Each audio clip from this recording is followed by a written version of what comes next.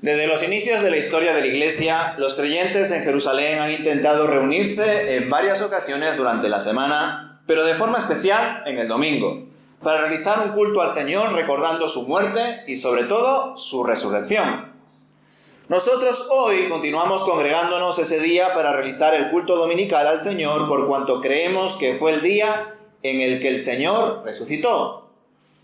Sin embargo, al realizar un estudio exhaustivo de la palabra, nos damos cuenta de que no hay muchas referencias al respecto. Es más, en todo el libro de los Hechos, solo se menciona en una parte, en Hechos capítulo 20, versículos del 7 al 11, y las otras referencias se encuentran en 1 Corintios capítulo 11 y capítulo 16, que lo veremos más adelante, y también muy brevemente en Apocalipsis capítulo 1, versículo 10, donde Juan nos comparte que recibió una visión justo en el día dominical, es decir, en domingo, el primer día de la semana. Dice así el texto de Hechos capítulo 20, versículos del 7 al 11. En el primer día de la semana, reunidos para partir el pan, Pablo les hablaba, disponiéndose a salir al día siguiente, y prolongó el mensaje hasta medianoche. Y había muchas lámparas en el aposento alto donde estábamos reunidos. Y a cierto joven que estaba sentado en la ventana, llamado Eutico, lo iba dominando un sueño profundo mientras Pablo disertaba largamente, hasta que, rendido por el sueño, cayó del tercer piso abajo y fue levantado muerto. Entonces Pablo bajó y se tendió sobre él, y abrazándolo dijo: «No os alarméis, que su alma está en él». Subió luego, y después de partir el pan y comer, habló largamente hasta el alba, y así partió. Debido a nuestro contexto, hermanos, nos resultaría muy fácil deducir que los hermanos en la localidad de Troas se reunieron el domingo, el primer día de la semana, por la mañana temprano. Pues nosotros lo hacemos así y durante muchos siglos se ha hecho así, el culto dominical por la mañana. Como para decir que empezamos el día del Señor como es debido, ¿verdad? Adorándole juntos con los hermanos, para después continuar con nuestros quehaceres familiares y personales durante el resto del día, ¿verdad? Descansando también en la medida de lo posible. Pero en los tiempos en los que se encontraba el apóstol Pablo, realizando sus viajes misioneros, el primer día de la semana era un día laborable. Y las iglesias de aquel tiempo, congregadas en casas particulares y formadas por hermanos judíos y gentiles, no podían reunirse por la mañana un día laborable. Los judíos solo podían descansar el último día de la semana, el sábado. Y ese descanso era sagrado de guardar según la ley. Y aunque no encontramos ninguna ley o mandamiento claro y directo que nos obligue a los cristianos a congregarnos principalmente el domingo y organizarlo en tal horario y de tal manera, los primeros creyentes, tras la ascensión de Jesús a los cielos, entendieron que ese día era el que se debía celebrar de forma especial, el día de la resurrección de Jesucristo. Reflexionando en la doctrina recibida, orando, adorando y, cómo no, partiendo el pan, es decir, cumpliendo con la ordenanza de la cena del Señor. Ahora bien, resulta evidente que la iglesia primitiva, en sus inicios, se congregaba constantemente. No hay más que leer los primeros capítulos del libro de los Hechos para percibir, ¿verdad?, esa realidad. Vivían todos tan unánimes, ayudándose los unos a los otros y viviendo tan cerca los unos de los otros, que seguramente se reunirían en más ocasiones y se verían durante el día a día en varios casos. Pero lo dicho, hermanos, en aquel tiempo el domingo era lo que para nosotros hoy es un lunes. Un día laborable, un día de trabajo. Y no será, como os dije el domingo pasado, hasta el edicto establecido por el emperador Constantino en el siglo IV, cuando recién se aprobaría el domingo como un día de descanso obligatorio, hasta el siglo IV. Por tanto, hasta ese tiempo, las iglesias cristianas en Asia y Europa eran sencillas. Se reunían de forma clandestina, por la noche, después de un día intenso de trabajo y sabiendo que al día siguiente, temprano, debían trabajar también. Y encima sufriendo persecuciones, falsas acusaciones y desde luego encarcelamientos y condenaciones a muerte conforme iba avanzando la historia. Por consiguiente, en el texto de Hechos 20 no podemos considerar que se reunieron los hermanos en Troas el domingo muy temprano y que el apóstol Pablo se alargó tanto que estuvo predicando hasta la medianoche y que por ello el joven Eutico con sueño se cayó del tercer piso por alguna ventana, porque no tendría sentido estar tantas horas. Imaginaos cuántas serían. Es más, en el propio texto, tras mostrarse de forma enigmática la resurrección del joven Eutico, se nos comparte la información de que el apóstol continuó predicando hasta el alba, es decir, hasta el amanecer. Y eso sería casi un día entero de disertación por parte de Pablo si hubiese empezado el culto desde la mañana. Y no lo que seguramente fue, toda la noche compartiendo el mensaje, que de por sí serían bastantes horas, por lo menos 8 o 10 horas, predicando. Y entre medias se nos informa que partieron el pan y comieron. Y claro, en algunos casos da la sensación de que cuando en el Nuevo Testamento se habla en general de partir el pan, se está haciendo referencia a comer juntos en comunidad, lo cual es cierto. Pero en otros casos se entiende que esa expresión apuntaba a que celebraban juntos como congregación la cena del Señor con el fin de hacer memoria de la obra y de la persona de Cristo. Y Hechos 20 es un ejemplo de ello. Ya no solo porque al ser el primer día de la semana cumplirían esta ordenanza, sino que además era la última vez que Pablo pasaría por este lugar antes de ir a Jerusalén. Y ya sabemos qué pasa ahí después, que lo envían a Roma, después de un proceso largo, evidentemente. Hoy en día hay iglesias que celebran la cena del Señor cada 2 semanas. Otras una vez al mes, por lo general el primer domingo de mes, como lo hacemos nosotros y como lo hace, por ejemplo, la iglesia de Pueblo Nuevo también. Y otras iglesias lo celebran todos los domingos. Y lo más probable es que eso mismo harían los primeros creyentes en los tiempos de Pablo. Cada culto dominical que se reunían, celebrarían también la cena del Señor. Y al mencionar, hermanos, esta información acerca de la cena del Señor y su importante papel en el culto dominical, resulta necesario considerar 1 Corintios capítulo 11, y no solo recordando el famoso texto que se encuentra entre los versículos del 23 al 26, donde el apóstol recuerda las palabras que el Señor pronunció al instituir la cena del Señor y que tantas veces, ¿verdad?, nosotros recordamos cuando participamos de estos elementos que simbolizan el cuerpo y la sangre de nuestro Señor Jesucristo, sino que además deberíamos de ver con más detenimiento los versículos anteriores a este versículo 23 al 26 y también los versículos posteriores. Pues en ellos vemos puntos importantes de cómo era el culto dominical y obviamente la situación crítica en la que se encontraba la comunidad de creyentes en Corinto. Dice así el texto de 1 Corintios capítulo 11, versículos del 20 al 22. Cuando pues os reunís vosotros, escribe Pablo, esto no es comer la cena dominical. Porque al comer, cada uno se adelanta a tomar su propia cena, y uno tiene hambre, y otro está embriagado. ¿Pues qué? ¿No tenéis casas para que comáis y bebáis? ¿O menospreciáis la iglesia de Dios y avergonzáis a los que no tienen? ¿Qué os digo? ¿Os alabo? En esto no os alabo, escribe Pablo. Tremenda exhortación la que nos encontramos aquí, ¿verdad? Una exhortación que nos demuestra cómo estaba la situación espiritual de esta iglesia.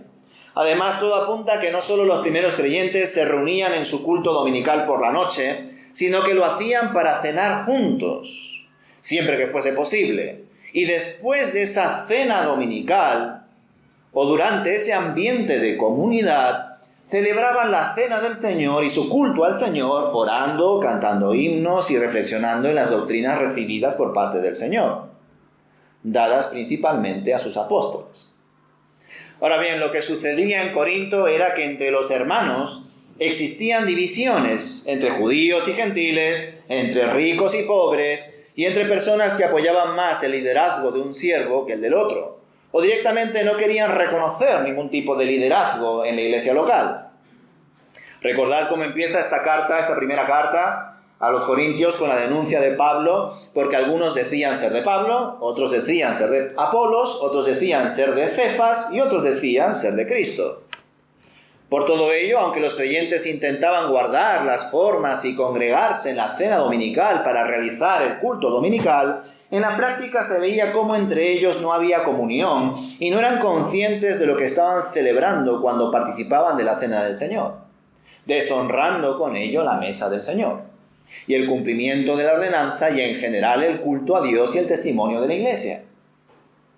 Los hermanos no se esperaban entre ellos, no tenían una relación verdadera entre ellos, se reunían para participar del ágape, de esa cena dominical, y en esas reuniones a veces había de todo, menos el verdadero amor desinteresado y divino de Dios. Con tanto desorden, algunos podrían hacer el esfuerzo de practicar el dominio propio, no desenfrenarse, incluso prevenir y cenar en su casa y luego reunirse para el culto y la cena del Señor, pero no lo hacían. Iban a la reunión y aprovechaban la comida fraternal para embriagarse. Y algunos se quedaban sin comida porque otros se lo comían casi todo sin pensar en el prójimo. Asombroso, ¿verdad? Y así, unos embriagados, otros con hambre y entre ellos divididos supuestamente, realizaban su culto al Señor. Meditaban en la doctrina de Cristo, oraban y participaban en la cena del Señor. ¿Qué os parece? Es decir, en ese contexto hacían o pretendían celebrar el culto al Señor. Divididos, algunos embriagados, otros con hambre, cansados, de noche, al día siguiente tenían que ir a trabajar, pero aún así se congregaban. ¿Qué os parece? Menudo caos serían esos cultos al Señor en la noche, con hermanos que aprovechaban el aspecto social de la reunión para pasarla bien como si fuese una fiesta cualquiera. Leemos más adelante, justo después de las palabras del Señor que el apóstol Pablo recuerda a los corintios, junto con la idea de que el propósito de la cena era hacer memoria del Señor y anunciar su muerte hasta que Él vuelva. Leemos ahí en 1 Corintios capítulo 11, versículo de 27 al 34, lo siguiente. Escribe Pablo: de manera que cualquiera que coma el pan o beba la copa del Señor indignamente, será culpable del cuerpo y de la sangre del Señor. Por tanto, examínese cada uno a sí mismo y coma así del pan y beba de la copa. Porque el que come y bebe sin distinguir el cuerpo, juicio come y bebe para sí. Por esto hay muchos débiles y enfermos entre vosotros, y bastantes duermen. Si pues nos examináramos a nosotros mismos, no seríamos juzgados, pero siendo juzgados, somos disciplinados por el Señor para que no seamos condenados con el mundo. Así que, hermanos míos, cuando os reunís para comer, esperaos unos a otros. Si alguno tiene hambre, coma en casa, para que no os reunáis para juicio. Lo demás lo dispondré cuando vaya. El apóstol Pablo tuvo que exhortar de esta manera a los corintios porque se reunían para dar más rienda suelta a la glotonería y a la embriaguez que para dar culto a Dios y reflexionar sobre la muerte y la resurrección del Señor Jesucristo. Y ciertamente no sabemos si siempre que se reunían para el culto dominical las iglesias tenían la costumbre de cenar juntos y luego hacer el culto al Señor y participar de la mesa del Señor. Tampoco sabemos si era algo habitual entre los corintios o si de vez en cuando realizaban esa comida fraternal, al igual que nosotros y otras iglesias lo hacemos. Pero lo que está claro es que muchos creyentes o supuestos creyentes, eso solo el Señor lo sabe, se congregaban por motivos equivocados. Al igual que hoy en día hay personas que asisten a las iglesias por motivos equivocados. Y dependiendo de la actividad o el beneficio o el evento que se realice en dicha iglesia, buscan sacarle algún tipo de beneficio social, material, económico o algo por el estilo. Ciertamente no había ningún problema en que los hermanos celebren un ágape y pasen tiempo juntos de forma especial, pero si esa reunión fraternal ocasionaba más roces entre ellos y atraía a personas que asistían con otros propósitos, lógicamente había que intervenir. A saber, por ejemplo, si los que se quedaban con hambre tras la cena dominical aprovechaban el pan que era partido y repartido entre los presentes para llenar un poco el estómago, cometiendo el error de no ver ese pan como un mero alimento y no tanto como un elemento que representa el cuerpo de Cristo. Qué triste sería, ¿no?, ver solamente el pan que representa el cuerpo de nuestro Señor Jesucristo. como un alimento porque me he quedado con hambre, porque mis hermanos se lo han comido casi todo. Por otro lado, qué triste sería, ¿verdad?, las personas que se aprovechan y cometen el error también de beber el vino como una bebida para calmar la sed, o en el caso de los embriagados, darle un sorbo para seguir con la embriaguez, en vez de entender que ese vino representa la sangre de Cristo. Desde luego, al leer estos textos con más detenimiento y saber cómo se describe en este capítulo la situación crítica de la Iglesia, nos damos cuenta de la enorme misericordia que tiene nuestro Señor. No solo con ellos, sino también con cada uno de nosotros.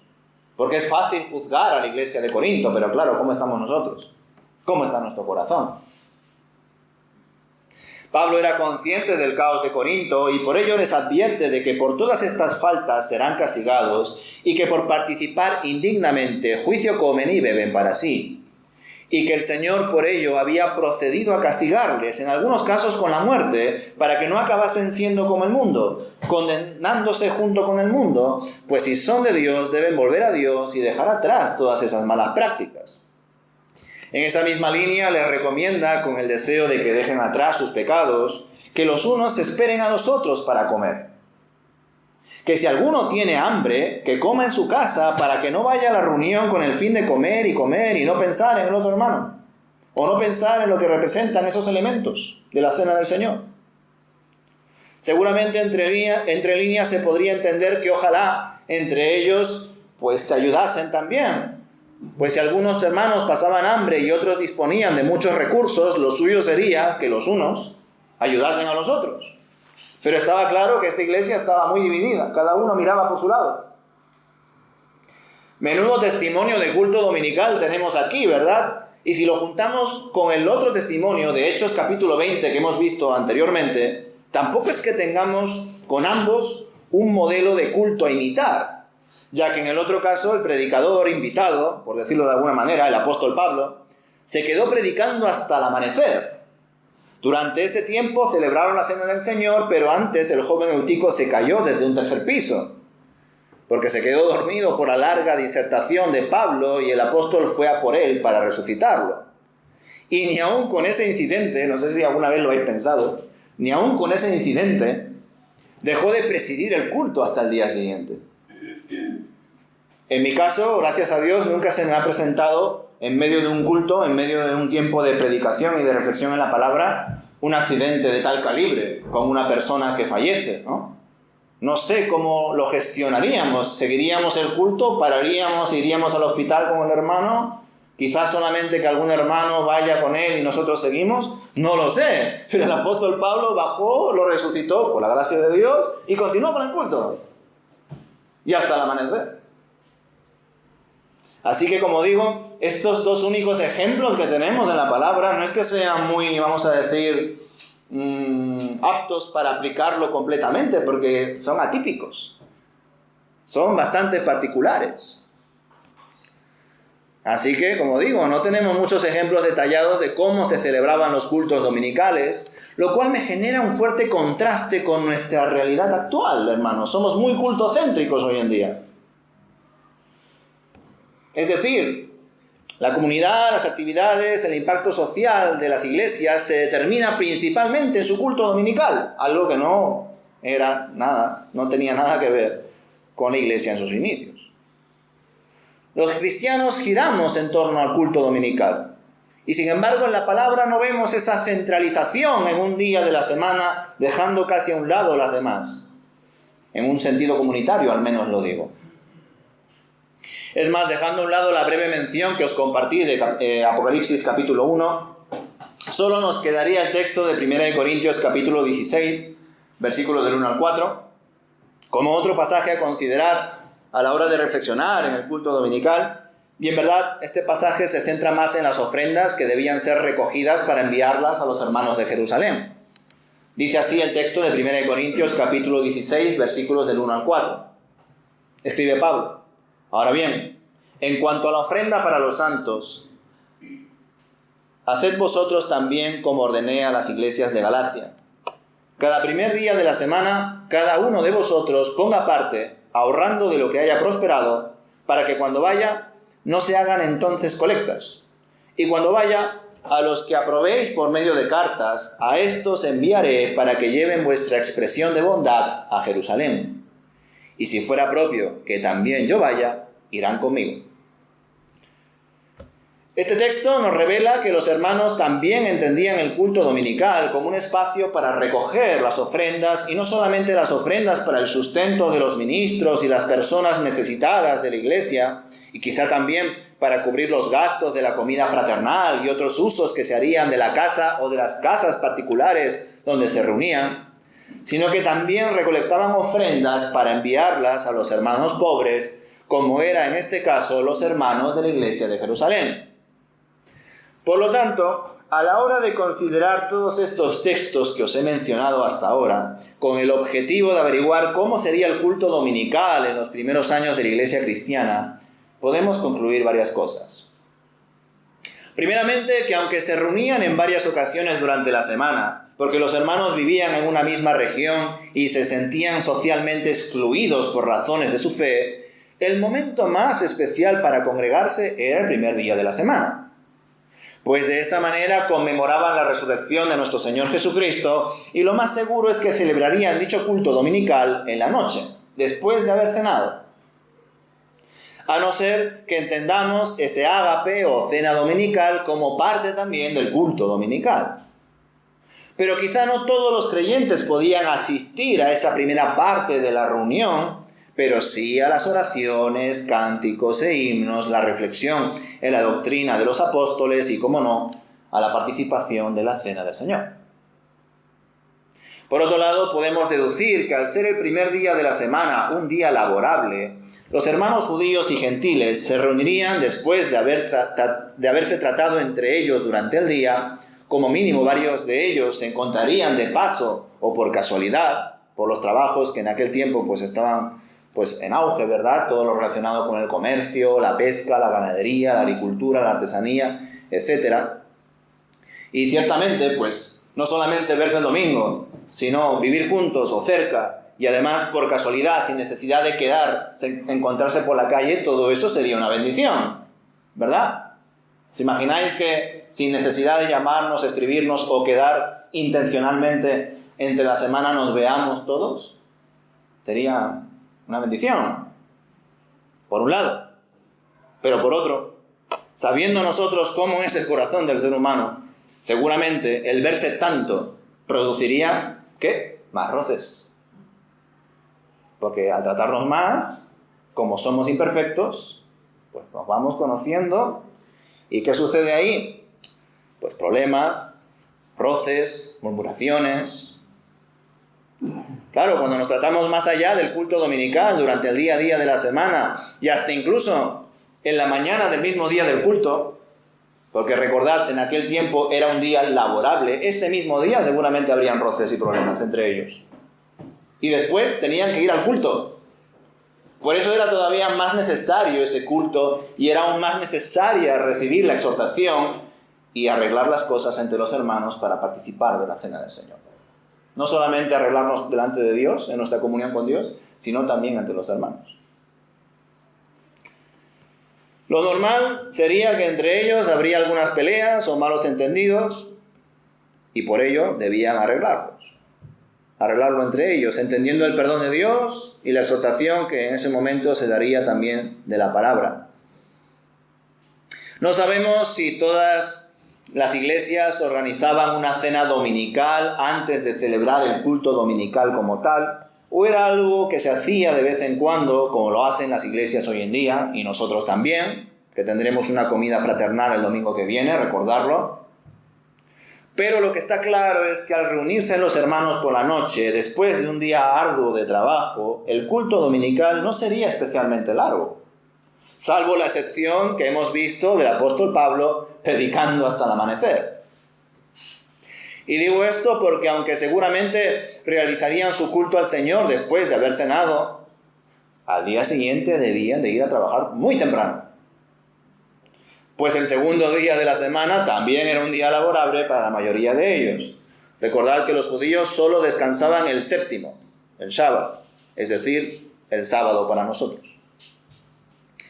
Por tanto, me imagino que los cultos al Señor serían sencillos, sin muchas florituras, quizá no cantarían mucho, especialmente en momentos de persecución. Pues recordad, si se congregaban por la noche y se ponían a cantar y ya les estaban persiguiendo, sería una forma pues perfecta de saber dónde estaban. Porque aunque en nuestro contexto en la noche tiene mucha actividad, en aquel tiempo no era así. Así que en sus cultos sencillos se centrarían principalmente en la palabra y la oración. Y por supuesto en hacer memoria del Señor a través de la participación en la cena del Señor. No sabemos si esta ordenanza la celebraban justo después de la cena dominical o después del culto como tal. Podríamos pensar que después, ya que el apóstol Pablo partió el pan con los hermanos después de haber resucitado Eutico, y eso lo hizo después de haber predicado unas cuantas horas, y eso pasó a medianoche, pero ya sabéis que es un caso excepcional. En la iglesia de Getafe, por ejemplo, se celebra la cena del Señor después de la predicación, y se termina con una doxología. Pero en nuestra iglesia de Hortaleza y en la iglesia de Pueblo Nuevo, por ejemplo, la cena del Señor se celebra entre el tiempo de la alabanza y el tiempo de la predicación. Lo cual es una manera legítima de hacerlo, ¿verdad? Por otro lado, por las predicaciones que encontramos en los Evangelios y en otros libros del Nuevo Testamento, dudo mucho que las predicaciones fuesen monólogos o discursos sin ningún tipo de interrupción.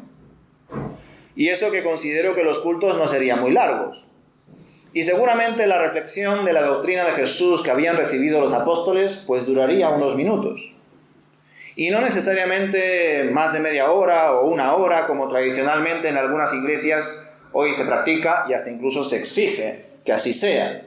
Que el pastor o el predicador invitado al menos predique y se prepare una predicación de una hora. Hasta hace nada en muchas iglesias era así. Hoy poco a poco, pues dependiendo de la iglesia, eso está cambiando. Y digo esto porque considero, como he dicho, varios textos del Nuevo Testamento, entre ellos el largo Sermón del Monte, que por supuesto algunos teólogos consideran que sería un sermón aún más largo y solamente se ha recogido una parte.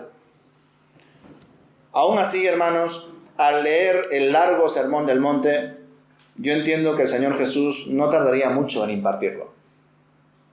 Al igual que no se tarda mucho en leerlo, os lo invito a hacerlo. Y eso que son 3 capítulos muy intensos, capítulo 5, capítulo 6 y capítulo 7, con tremendas enseñanzas entre versículo y versículo. Pero ya os digo yo que si lo leéis, no vais a tardar mucho. Y no solamente entiendo que el culto dominical no dedicaba en sus inicios mucho tiempo a la reflexión en la palabra por cuanto eran reuniones nocturnas, sino porque percibo en ellas un énfasis en el ámbito comunitario y participativo. No en que sea un monólogo de una persona hablando media hora, una hora y todos calladitos y ya está, sino que habría intervenciones, participaciones, todo sería muy comunitario. Es decir, los hermanos no iban a reunirse para escuchar a una persona pues hablando un montón y también al que presidía el culto o la alabanza, o todo junto con la predicación, sino que los hermanos compartirían entre ellos las experiencias evangelísticas que tendrían durante el día a día, algo que sería una bendición tremenda. Ya no solamente mis motivos de oración, mis problemas de salud, asuntos laborales, asuntos personales, sino un tiempo de anuncios de ocasiones evangelísticas que la iglesia en general ha tenido. No solamente los evangelistas como tal, o los pastores y ancianos, sino la comunidad entera. Eso sería una bendición, hermanos.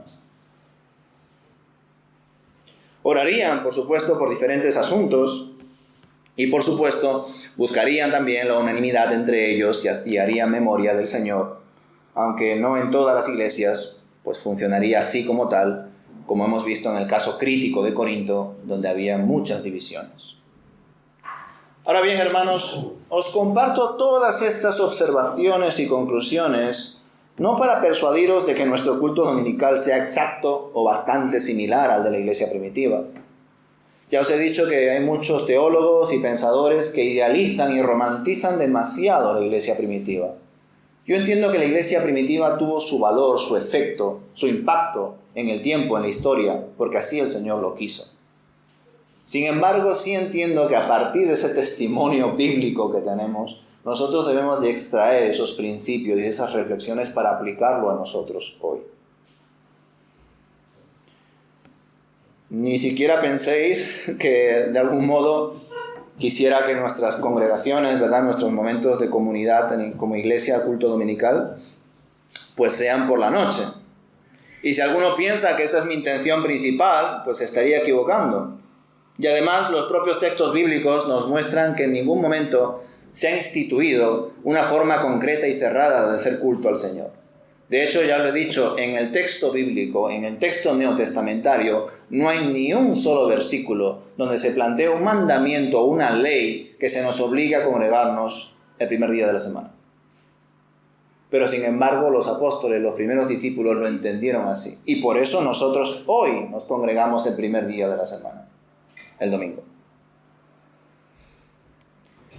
Es decir, creo que los primeros creyentes se adaptaron a los tiempos que vivían y, como digo, aunque no se haya establecido una ordenanza que les obligase a congregarse el domingo, así lo entendieron y lo hicieron porque ese día resucitó el Señor.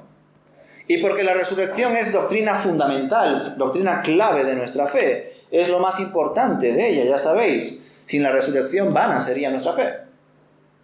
Ahora bien, creo que reconocer y discernir cómo era el culto dominical en aquellos tiempos nos va a servir de mucho para evaluar cómo hacemos nuestros cultos hoy en día. Y no me refiero al ámbito comunitario, que también, sino al ámbito personal, a la falsa idea de que el domingo es el momento especial para hacer culto al Señor, cayendo en un absurdo cultocentrismo que determina nuestra vida como creyentes en vez de profundizar en el cristocentrismo que marca la Escritura.